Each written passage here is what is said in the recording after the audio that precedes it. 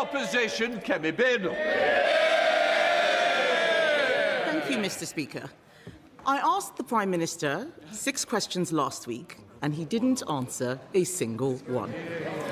He has a duty to this House, Mr. Speaker, to answer the question. Let's see if he can do better this week. I'll start with a simple one. Will the Prime Minister approve the licences for Rosebank and Jackdaw gas fields in the North Sea? It's the same arrangements that were in place under the last government. Licences were granted, they were then struck down because of the defects in the process of the last government. But, Mr. Speaker, oil and gas is coming out of the North Sea 24/7. It will be part of the energy mix for many years to come. We fully support all existing oil and gas fields throughout their lifespan, and in November we made changes to extend to allow neighbouring fields to be exploited. But we need to take control of our energy prices. The only way to do that is through renewables. The party opposite used to make that argument. One of their senior figures in 22 said this: it's investment in nuclear and renewables that will reduce our dependence on fossil fuels and keep our consumer costs down. Who was that senior figure? The Leader of the Opposition. This is not the day to be thrown out with a 2-week break coming. Kemi Badenoch. Mr. Speaker, we can have renewables and oil and gas. He says it's a matter for the Secretary of State. He says it's a matter for the Secretary of State. I thought he was the Prime Minister, and he loves to hide behind legal process every single time. I wonder, Mr. Speaker, what a Director of Public... What? Have Order, Mr. Yazin, you don't want to test my patience, I'm sure. Kemi Badenoch. Mr. Speaker, the Prime Minister loves to hide behind legal process. I wonder what a Director of Public Prosecutions would make of the defence. Sorry, I can't produce my WhatsApps. My phone's been stolen. The Jackdaw gas field could be up and running before winter. All that gas would be used here in the UK to heat 1.6 million homes. That is enough to power Norfolk, Suffolk and Essex put together. So will the Prime Minister approve the licences, or is the Energy Secretary running the government? That is the legislation that they applied for 14 years. It's exactly the legislation that they used to put the licences in place, which were then struck down because the process was defective. But, Mr. Speaker, let's be clear, when Russia invaded Ukraine, energy prices doubled. The 12-day war, oil prices hit £100 a barrel. In the last 4 weeks, because we're on the fossil fuel roller coaster, everybody has been held to ransom. The only way forward is to go further and faster on renewables. The Leader of the Opposition's approach is to outsource our foreign policy and let the US decide whether we go to war, to outsource our energy policy to Russia and Iran and let them set the price of energy. I will never do that because it's not in the British national interest. He's the Prime Minister. He can make this decision today. He can. He is so weak, he's the first person to be pushed around by the Energy Secretary. Let me remind him, Mr. Speaker, let me remind him who is on my side. The unions, yes, GMB, they're on my side. Tony Blair. Mr. Speaker, Renewable UK, the very people that he's talking about, they are saying drill in the North Sea. Centrica, Octopus Energy, even Labour MPs. Let me quote the Labour member for Pembrokeshire who says, offshoring our carbon emissions might give a sense of moral superiority, but it is simply impoverishing our community. We agree. So why does the Prime Minister think he knows better than everyone else? I'm going to have one more go. The legislation, the statute,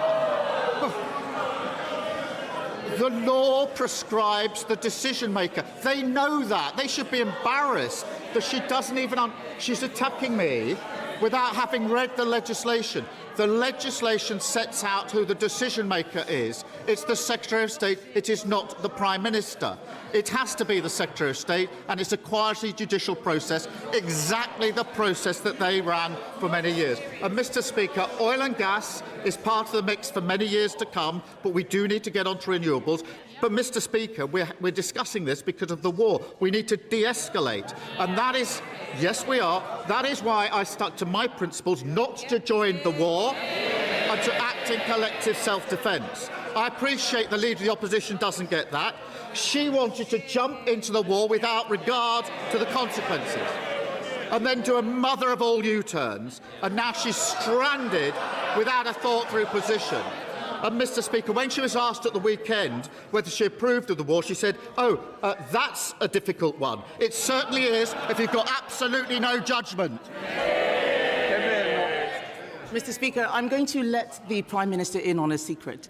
He's the Prime Minister. He can change the legislation. Hiding behind the Energy Secretary is pathetic.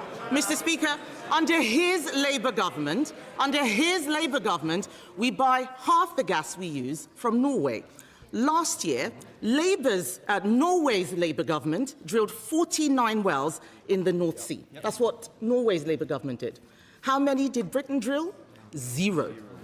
For the first time since 1964, under his government, Britain drilled no wells. Why is energy security the right policy for Labour in Norway, but the wrong policy for Labour in Britain?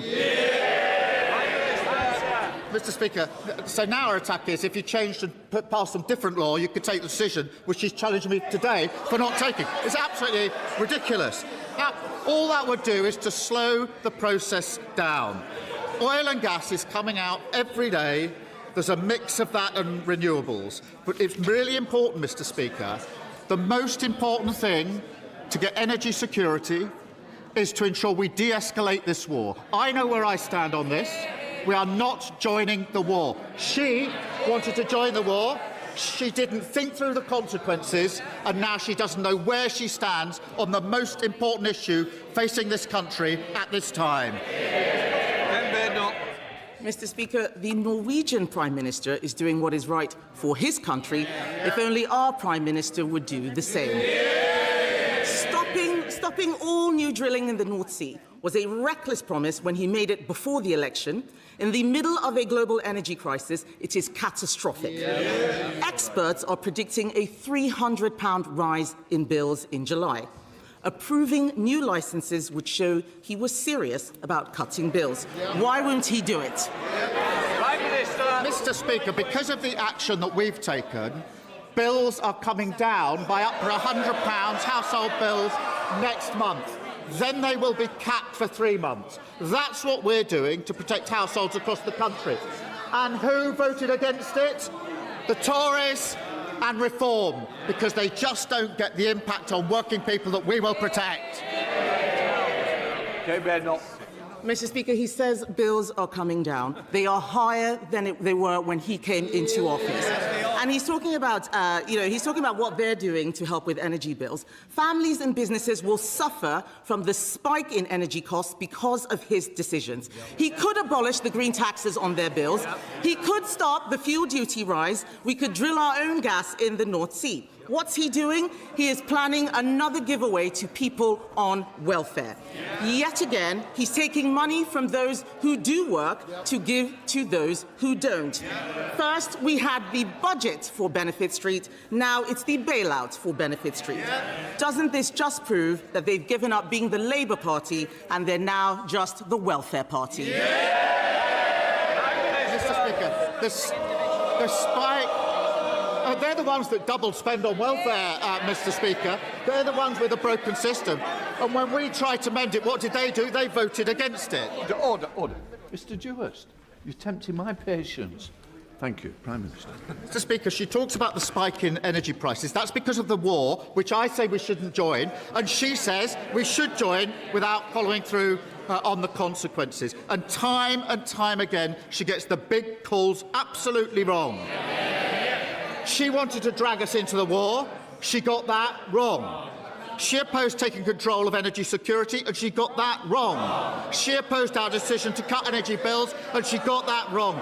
And she seriously thinks that'll make her relevant, and she's got that wrong. Debbie Abrams.